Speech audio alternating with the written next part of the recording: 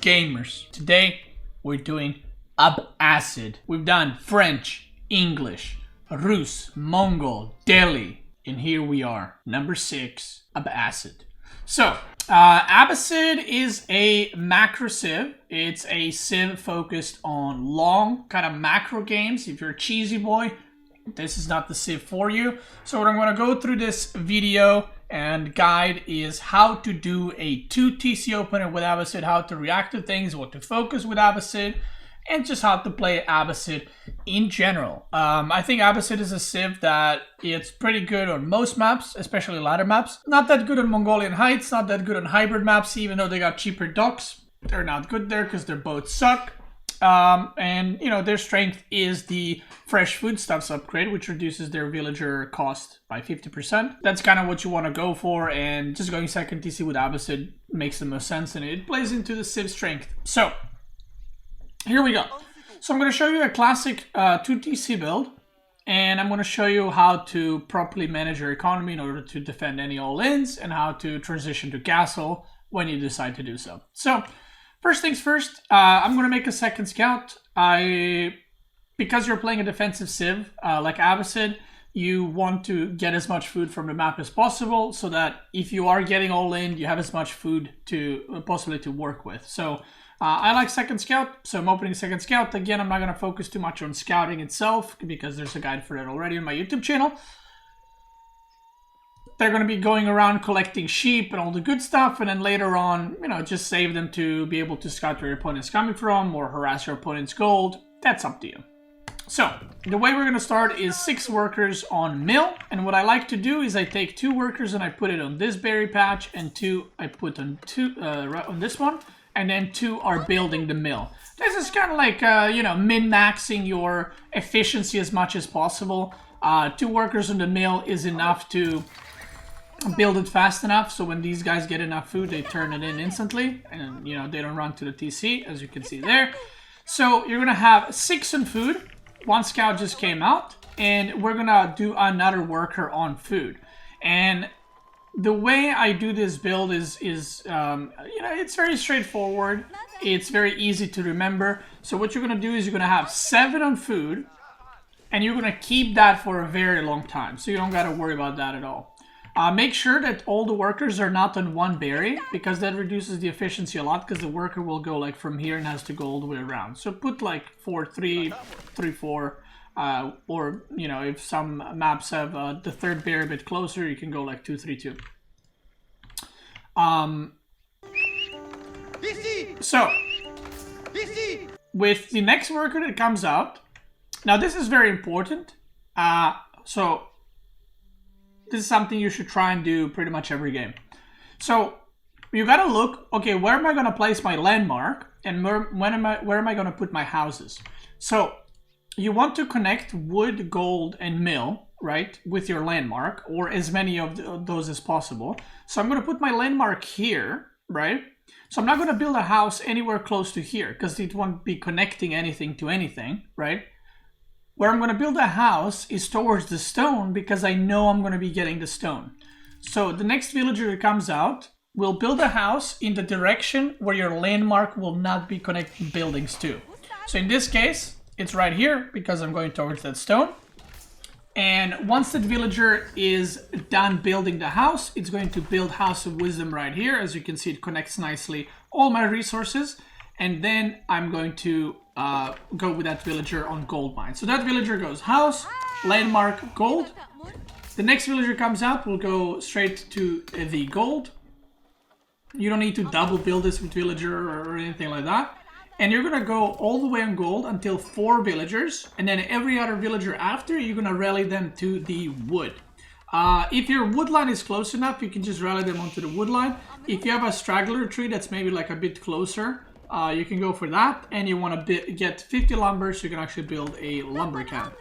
So again, the split is 7 on food, 4 on gold.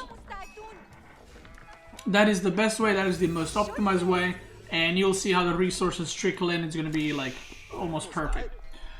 There we go, 4 on gold, and now every villager will be rallied onto this tree until we get 50 wood. I'm going to speed it up a little bit. As you can see, the resources are going up.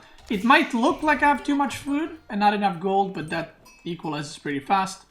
You always want to make sure you're producing, so don't cut your production. And look at that. Boom. As I have this worker building, I started my age up, so it's pretty good timing. Now, what we're going to do is once we start the timing, so around 240, I guess is good time to age up. Sometimes you can do it faster. By the way, I want to mention some people go for sheep, no mill, and then they go for lumber camp because they have, you know, they didn't build a mill, so they have extra wood. I personally don't like that, and I don't use it because, especially as Abbasid, you're gonna be attacked. So, especially if the berries are in front, I want to get as much berries as possible, as many berries as possible, so when I get attacked, I can go under TC and get my sheep. So that's why I get the berries, and I do think it's like 99% of the times it's the better choice, and then just get the straggler tree for wood. Like, yeah, you're gonna walk a little bit, but this way I think you get more food and it's a lot safer. So, the moment you start aging up, you're gonna take 3 workers from food, and you're gonna put them on wood, and you're gonna keep the workers on gold. I'm gonna pull them in a second, I think. Any moment now. There we go. One more. One more. One more. There we go. So, I'm going to put them on wood, and I'm rallying all the workers on wood. I want 8 workers on wood total, and then we're going to rally onto the stone. So now the split of the workers will be 4 food, 4 gold, 8 wood, and then rally to stone. Now, why am I still mining gold? This is the build, just like pretty much every civ I play, I go for a really fast wheelbarrow. I think it's really good. It's the best economic upgrade you can get. It helps your villagers run away from the raids, which also is very important with Abbasid. So what we're going to do is we're going to get wheelbarrow, and we're going to get fresh foodstuffs. And in order to get that, we need 275 gold total. So that's the gold amount we're aiming for. And once we get that amount of gold, we're going to transfer these workers onto the stone. Note, if you're playing against French, you want an extra 75 gold because you want to upgrade your spearmen. Because, you know, French is always going to go knights. So that's something to consider. If you're playing against French, stay for another 75 gold extra.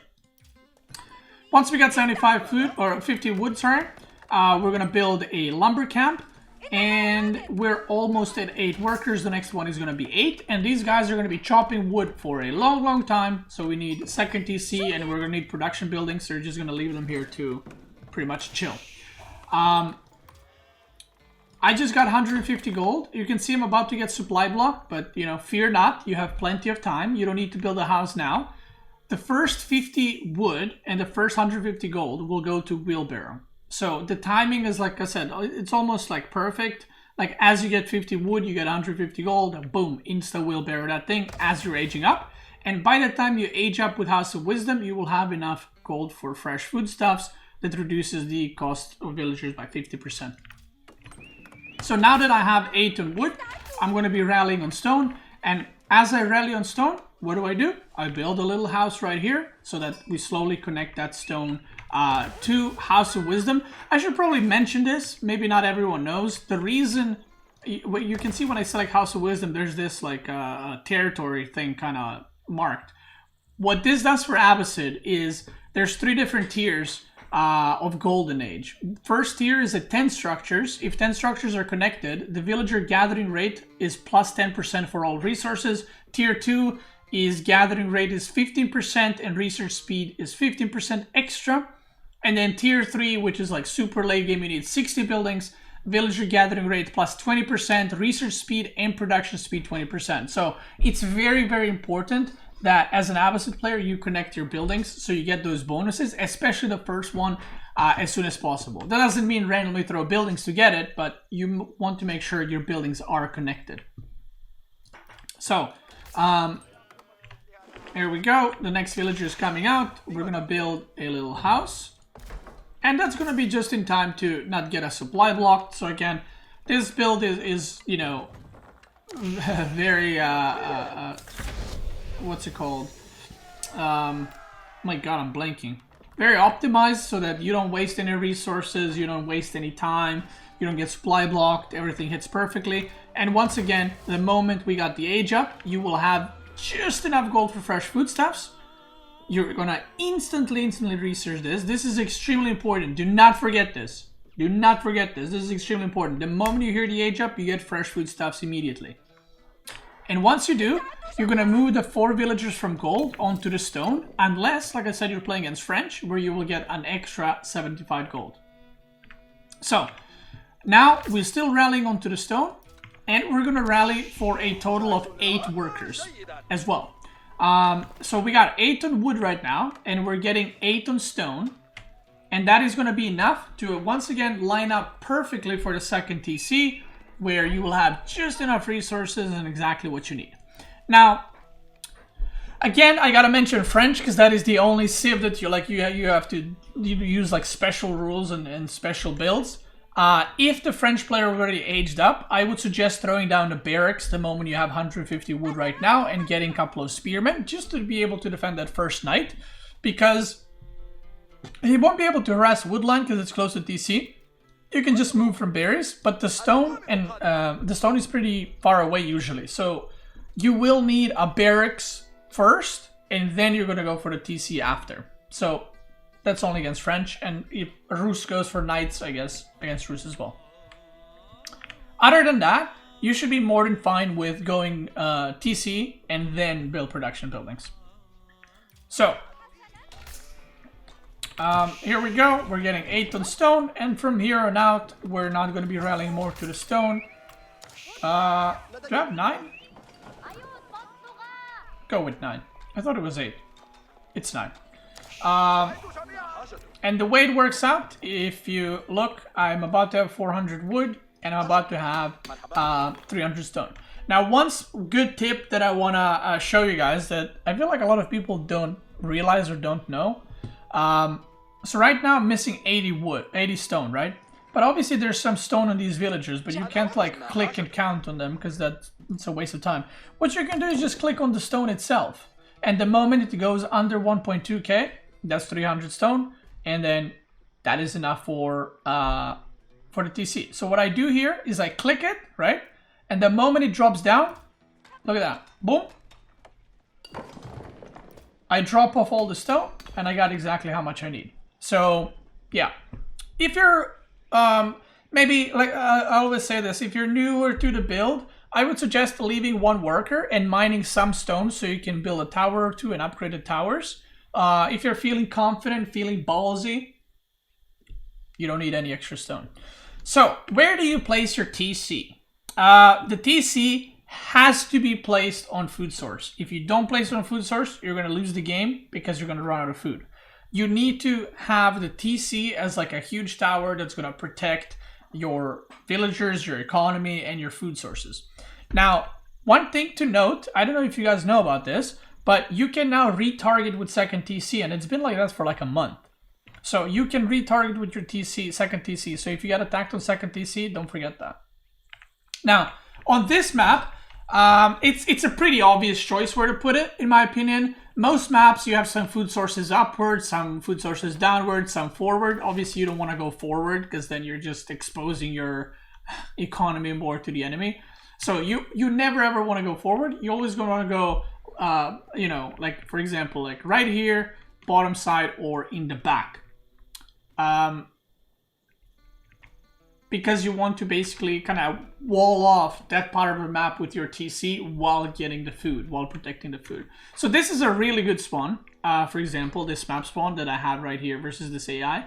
Because I can build a TC right here, put a wall here, and then the only passages my opponent has towards these double deer and these berries are from here. But my TC is right there, so it's going to be perfect for defense. And if they're trying some night run-bys on this side, you can just wall here as well. And you have double deer pack, plus berries in the back, plus all the sheep perfectly safe. And that's going to carry you, you know, enough to be able to defend an all-in and beat your opponent. So this is a really, really good spawn. But even if this deer pack was on like the top side, I would still make the TC there. Wall this off on the bottom side. And that way the TC, you know, directly protects deer and indirectly protects the berries in the back. And you want to be building the TC with the villagers you were gathering the stone with. Okay? So here we go. I'm still gonna gather wood, by the way, here. I'm not gonna move these guys, and I am rallying now onto the food from the main TC, onto the sheep. So these 4 are still on the berries, and just let them sit on berries until they get attacked. Once the opponent comes with like an archer or knight, just move them to sheep, and that's it. So the reason why I have these is because I want to start building production buildings as well, so I'm going to need a lot of wood to get that going. Now, when you place a TC next to berries, remember to put mill as well, because mill increases the HP or the total food count on berries by 100 per berry bush, okay? So sometimes people forget and they just make a TC and there's no extra 100 food and they just lose 700 or 800 food. Remember to put a mill. If you're putting in a deer, you want to put DC like on top of deer, like I am right now. Why? Because what's going to happen is the workers are now going to push this deer and this deer into the TC. The other deer will slowly move out, like right here. And all the deer are going to be concentrated around your TC, which is perfect. Like, you don't want to build TC here and then this deer in Africa, you know? Or vice versa. Like, you don't want to build TC here and then the deer are so far away. So you want to build it kind of on top of them, and they're going to naturally stack up, which is what you're about to see. And one important thing is, it takes 2 villagers to one-shot a deer. So what I'm going to be doing here is something you should learn as well. As I'm building the TC, I'm going to select 2 workers and snipe the deer when it's in a really good spot. So check this out. I start building. Okay, that one ran away. Right? But this is still good. Like, as long as it's not here, it's good. So look, every time deer comes a bit closer, I just take 2 workers and I just kill it. And that way you get the most food efficiency possible. Because you don't want the deer to be too far away. Look at this. Oh, coming close. Okay, pop. Coming close. Up. Oh. And that's how you normally just stack them up. And, you know. Now, what are we building behind it? Mind you, I'm 26 out of 30 pop right now. You don't need to build a house because your TC will give you the extra population. So, you know, that's how it goes.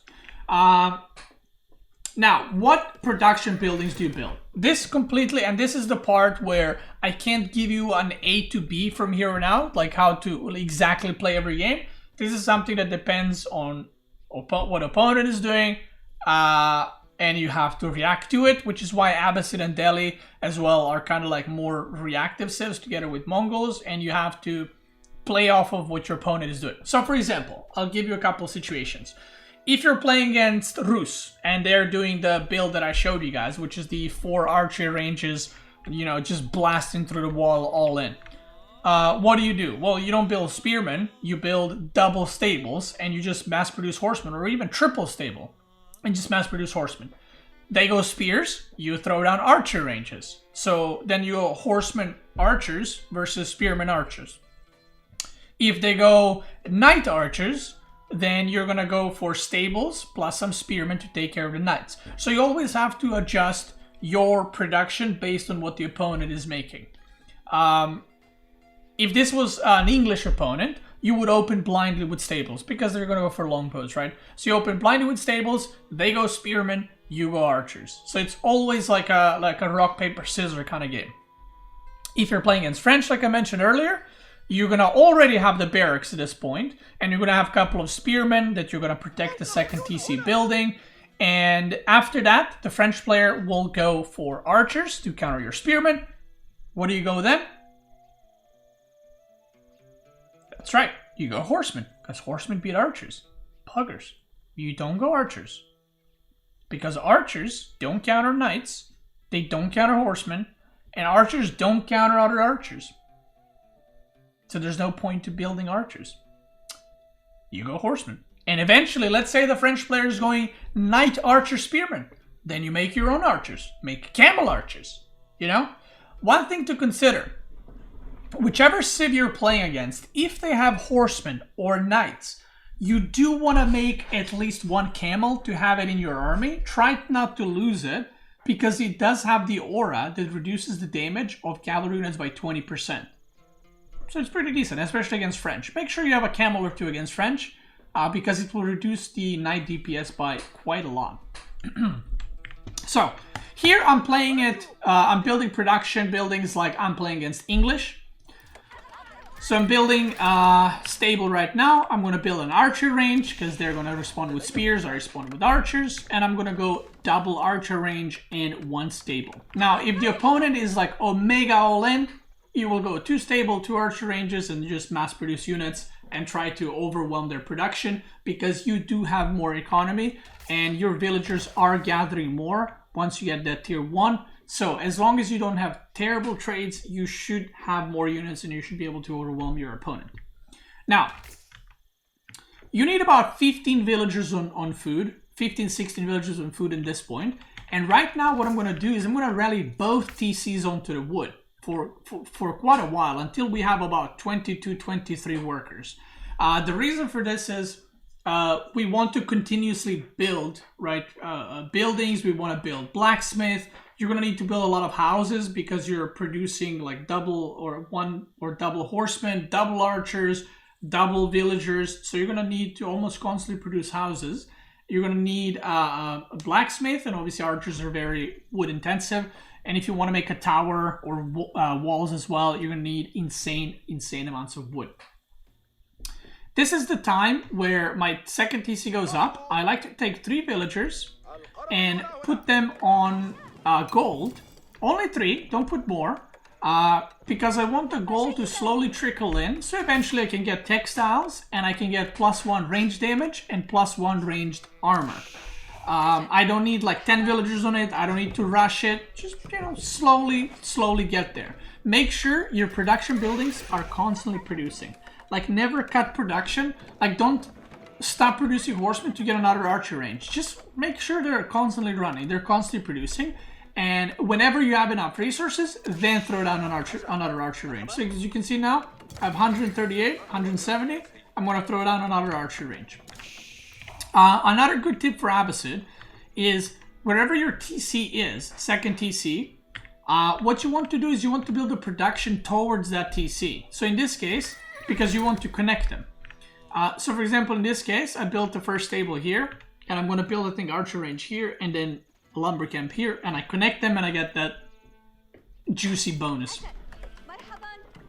Now, if you're playing against English, like I said, or any other civ, you can play, and your gold is exposed as this one. You can put a tower here, and if you kept 1 villager on stone, you can upgrade the tower. I think towers, especially in lower leagues, are like very hard for your opponents to deal with, and it gives you a lot of freedom. Like usually people don't go for towers until they get rams. But if they're waiting until they get a ram, you're gonna have plenty of units to be able to overwhelm your opponents. So you can see 14, 15, 16 on food is plenty for this time in the game.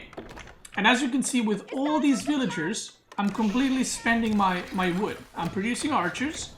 I'm gonna start building houses as well so I don't get supply block. Making horsemen, and I'm making 1 camel like I mentioned earlier. So what is your goal from here on out?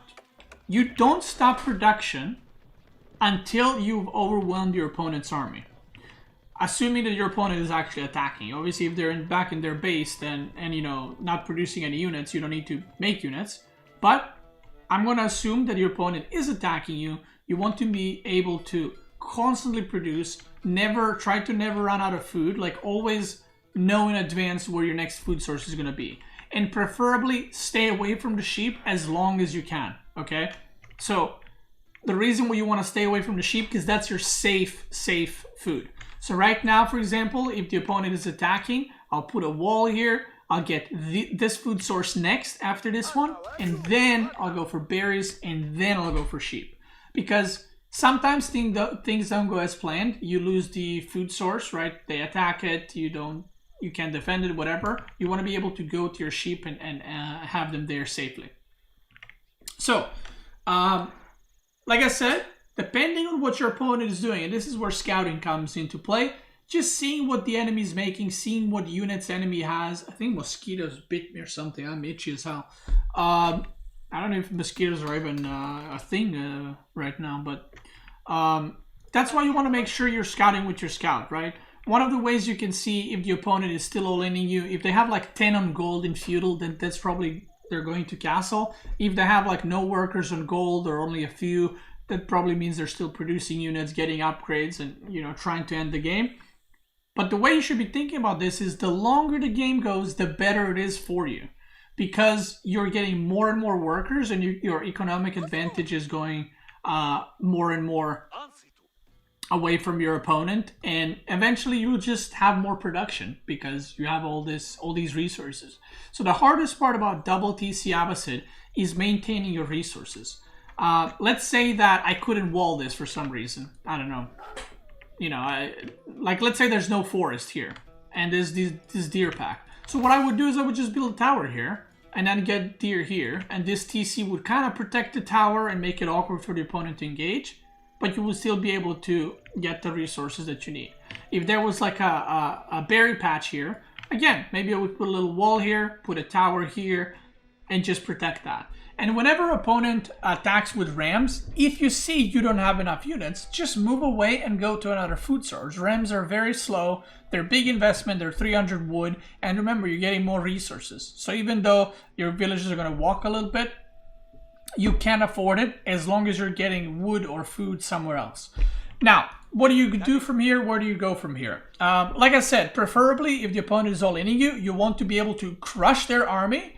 And the moment you do that, you're going to start going to castle, okay? You don't want to, if the opponent is still here with their whole army, didn't fight yet, don't start going castle. That's the biggest bait, because the opponent is still producing army, and you're saving resources for castle. They attack you and you die. Make sure you're constantly producing until the fight happens, or until you get a confirmation that they're aging up or something. Even if you get surprised and they age up, it's not the end of the world, because you're going to have so many units. And Abbasid units are one of the best units to deal with men-at-arms from Castle Age, because the camels do quite a lot of damage even against men-at-arms, camels from Feudal Age. So even if you get surprised and your opponent hits castle and they're like going men-at-arms, just build camels, slowly go towards the castle, and you're gonna go pretty far in surviving and kind of extending the game and extending your lead. Let's say we just had a big fight. So I'm walling right here. In a bit, I'm going to move my workers. I'm building a blacksmith as well. I think I got textiles already. Yep. And I'm going to get +1 ranged attack and +1 ranged armor. But let's say we just had a fight with the opponent and we beat down his army. So how do you transition to castle? You're going to put like 10, 12 workers in gold, and you're gonna move almost all the workers from wood. As you can see here, I sent 13 on berries. I have a lot of workers here. I'm gonna send some here on a deer. These guys, I think I sent them on gold, but I should have sent them on berries. So if opponent hit castle, or you just want to go to castle, you can go so fast with Abbasid because of the sheer amount of workers that you have. You just do a little bit of switching regarding where workers are going. I only have 3 on wood, and that is to just be able to produce houses or, produce horsemen or whatever. And every other worker will now go on food. And if you look, it's 1050 right now when I did the switch. Look how fast the resources go up. Look at that. We went from 1050, where we had like 300 food and 100 gold, to a minute later we'll be able to age up, which is really nice. And you're going to get culture wing, and the moment you get culture wing, you're going to get preservation of knowledge that reduces all your techs by 30%. Now, the most common question, where do I go from here? Well, number one, you want to go back to your army production. And you want to start getting a lot of wood again, because you want to be able to build up a lot of production buildings, because Abbasid has so much economy at this point. You want to make sure you'll have enough production to produce.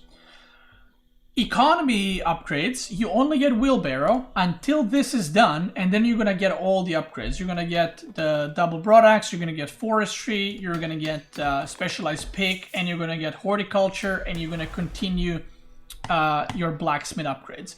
The only upgrades I would say that you can get or should get instantly before you get preservation of knowledge is obviously wheelbarrow, fresh foodstuffs, And if you have like 20 horsemen and 20 archers, instantly get the veteran horseman upgrade and a veteran archer upgrade, because you don't know if you're going to get attacked, so you want to make sure you get that insta, so all the units get huge damage boost.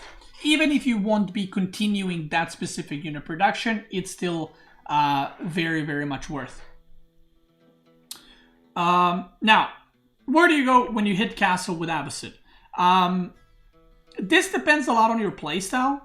You can continue going into like knight crossbow, which is a very popular unit comp these days. So you would add a couple of more stables, archer ranges, and you would go harass with knights and go crossbows, kind of wall off your base and just harass your opponent while your economy keeps growing.